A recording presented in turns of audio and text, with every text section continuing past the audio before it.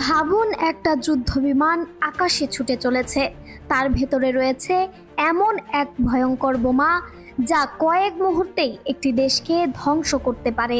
সম্প্রতি যুক্তরাষ্ট্র এমনই এক ভয়াবহ পারমাণবিক অস্ত্রের পরীক্ষা চালিয়েছে। যদিও সেখানে ছিল না কোনো পারমাণবিক ওয়ারহেড, তাহলে প্রশ্ন আসে, ওয়ারহেড ছাড়াই এমন পরীক্ষা কেন?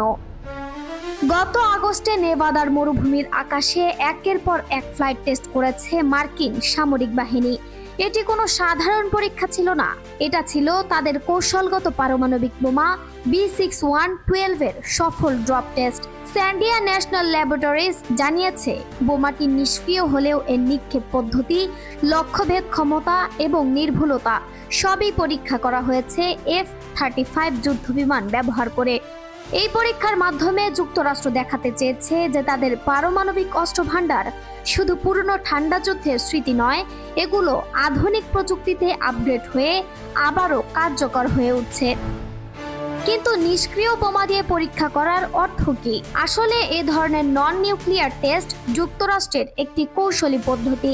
এতে আন্তর্জাতিক আইন ভাঙে না, আবার একই সঙ্গে প্রতিদ্বন্দ্বী দেশগুলো, বিশেষ করে রাশিয়া, চীন আর উত্তর কোরিয়াকে পরোক্ষ বার্তা দেয়, আমরা প্রস্তুত।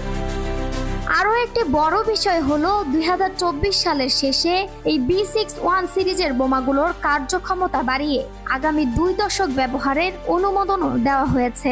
অর্থাৎ যুক্তরাষ্ট্র তাদের পারমাণবিক সক্ষমতা আরও দীর্ঘ সময় ধরে সক্রিয় রাখতে চায়, যা হয়তো নতুন অস্ত্র প্রতিযোগিতার ইঙ্গিত।